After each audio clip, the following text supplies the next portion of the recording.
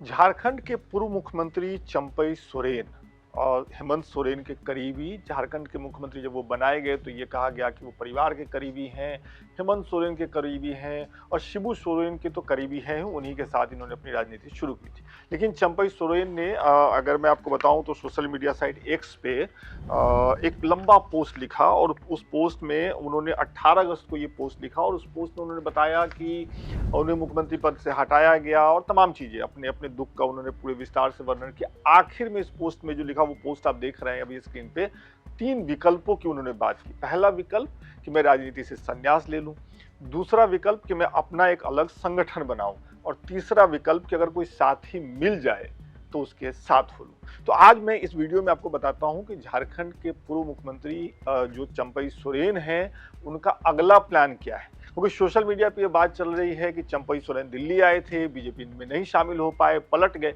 पलटे नहीं हैं। चंपई सोरेन बीजेपी के साथ मिलकर के झारखंड चुनाव जो आगे होने वाला है उसको लेकर के एक बड़े प्लान पे काम कर रहे हैं। वो प्लान क्या वो मैं आपको बताता हूँ। ये पोस्ट उन्होंने 18 तारीख को लिखा। उसी दिन एयर इंडिया की फ्लाइट से वो दिल्ली आए। 2 दिन तक वो दिल्ली में रहे। पत्रकारों ने जब उनसे पूछा कि भाई अब दिल्ली क्यों आए हैं तो उन्होंने कहा कि निजी काम है, निजी काम से आए हैं। लेकिन ऐसा होता नहीं है। हमारे पास जो जानकारी है वो ये है कि भारतीय जनता पार्टी के 2 बड़े नेताओं की मदद से दिल्ली में उनकी मुलाकात देश के गृह मंत्री अमित शाह से हुई।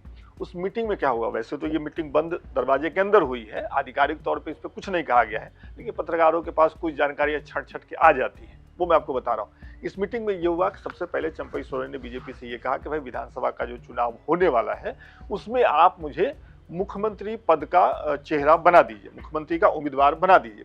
बीजेपी ये बात नहीं मानी। क्यों नहीं मानी? क्योंकि चंपई सोरेन के पास संख्या बल नहीं है और बीजेपी के पास झारखंड में उनका अपना नेतृत्व है। ऐसे कैसे होगा कि भाई कोई आदमी अभी पार्टी में शामिल हुआ और उसको जो है मुख्यमंत्री पद का उम्मीदवार बना दिया जाए। बात यहाँ खत्म हो गई। अब दूसरे प्लान पे बातचीत शुरू हुई। दूसरे प्लान पे ये बातचीत शुरू हुई, बीजेपी ने इनसे ये कहा कि सुनिए ऐसा करिए, आप अपना एक अलग संगठन बनाइए। झारखंड का जो कोलाहल इलाका है वहां पे अगर मैं सही हूं तो 2 लोकसभा की सीटें हैं और 12 अगर मैं सही हूं आंकड़ों में तो विधानसभा की सीटें हैं। बीजेपी की हालत इस इलाके में पतली है। चंपई सोरेन की इस इलाके में पकड़ अच्छी है, वो यहाँ के टाइगर कहे जाते हैं। बढ़िया, कई सालों से जीत रहे हैं, अच्छी पकड़ है।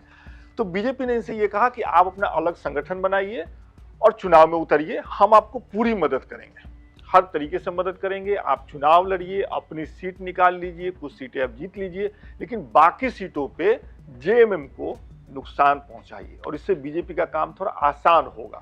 चंपई सोरेन इस पर विचार कर रहे हैं।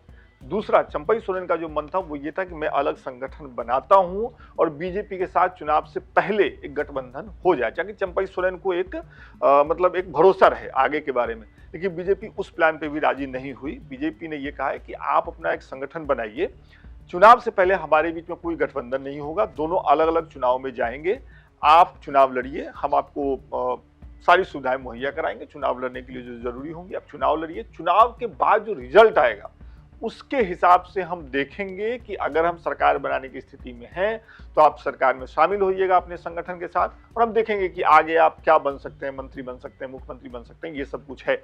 अब चंपई सोरेन ये सब सुन करके समझ करके झारखंड वापस चले गए हैं।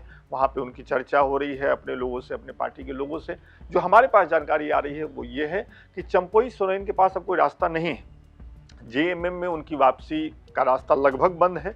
चंपई सोरेन अब इसी प्लान पे सोच रहे हैं कि वो अपना एक अलग संगठन बनाएं, चुनाव में अपने संगठन के नाम पे ही उतरे, चुनाव लड़े। और अगर आपको याद हो बिहार विधानसभा चुनाव में जो काम चिराग पासवान ने बीजेपी के लिए किया था, उन्होंने जदयू की सीटें कम करवा दी थी और नीतीश कुमार ने मन से ये बात कही थी, वही काम चंपई सोरेन झारखंड में हेमंत सोरेन के लिए करेंगे।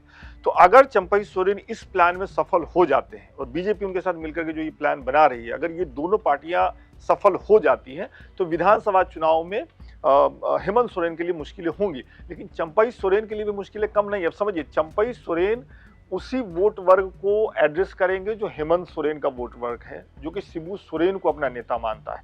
अब चंपई सोरेन किस तरीके से हेमंत सोरेन पर अटैक कर पाएंगे, शिबू सोरेन पे कैसे अटैक कर पाएंगे, कैसे ये समझा पाएंगे कि ये जो 2 नेता है वो जो कल तक मेरे भी नेता थे अब आपके नेता नहीं है।